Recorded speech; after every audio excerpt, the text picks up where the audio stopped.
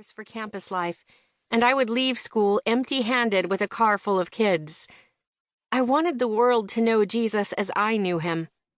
Church was my haven of rest and peace. It was the place I wanted to be nearly every waking moment. If you would have told me the church had flaws, I would have fiercely defended it. When I first learned about Billy Graham, I wanted to be just like him, but only because Billy was telling people about Jesus by the multitudes. Then I heard about Bill Hybels. Somewhere around 2001, I joined a carload of students to drive an hour north to the Willow Creek campus in Barrington, Illinois. When I walked into the lobby, I saw escalators and food courts. When I walked into the massive 10,000-plus seat sanctuary, the hair on my arms stood up. Someone gets to preach to this many people every week? From that day on, Willow Creek Community Church was the epitome of success through the eyes of a new Christian formed in Western evangelicalism, in the economy of the kingdom. Church growth, large buildings, and bodies in seats. In my mind, this was the golden vision every pastor ought to strive for. When I began my journey in ministry in the early 2000s as a Youth for Christ director, we used to compare attendance numbers in staff meetings and then high-five one another when attendance was crushing it. There's hardly a pastor that would deny feelings of excitement when numbers are unusually high, or when the pastor glances out in the sanctuary and the seats are full. Needing to build more prominent and more state-of-the-art sanctuaries can be a thrill, no doubt.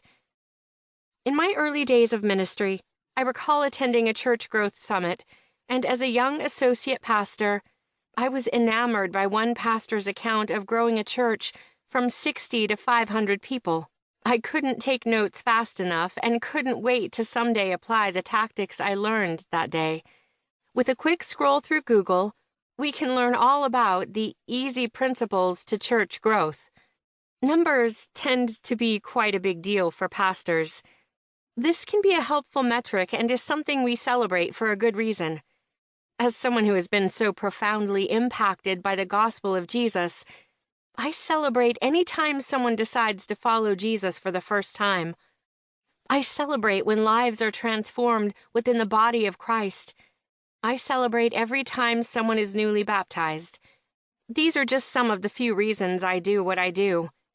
Simultaneously, an emphasis on numbers as the golden metric for success can become unhealthy, especially when we pursue success at the expense of faithfulness or appearance at the expense of authentic community. After serving in ministry for quite some time and after attending seminary, I developed a more robust kingdom theology, ecclesiology, and pneumatology. I knew deep down that the metrics of empire weren't necessarily the fruit of goodness in the kingdom. I knew it, but it was still so deeply ingrained in the mind of this young pastor. Pasadena, California. In 2016, I accepted the new role as senior pastor of First Church of the Nazarene of Pasadena, affectionately known as PASNAZ. PASNAZ is a large and historic church in Southern California with a rich history in Pasadena as well as the Nazarene denomination. However, upon my arrival, many left the church, and although there were compounding factors, some of it was over the sheer fact that I am a woman. Many just couldn't do a woman pastor, even if their theology agreed with it. For others, it was a straight-up abomination and sin. Some believed that PASNAZ is doomed for failure and will lose the favor of God because they called a woman.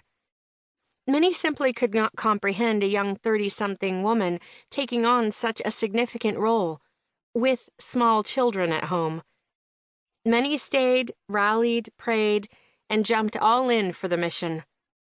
Those that stayed are some of the godliest, most loving, and most faithful people you'll ever meet. But they too were trying to comprehend the scale of loss. Many were concerned about the sheer loss. The bottom dropped out of the place, some shared. Concerned members lamented, "Pastor, how will we fill the sanctuary again?" Which I interpreted as,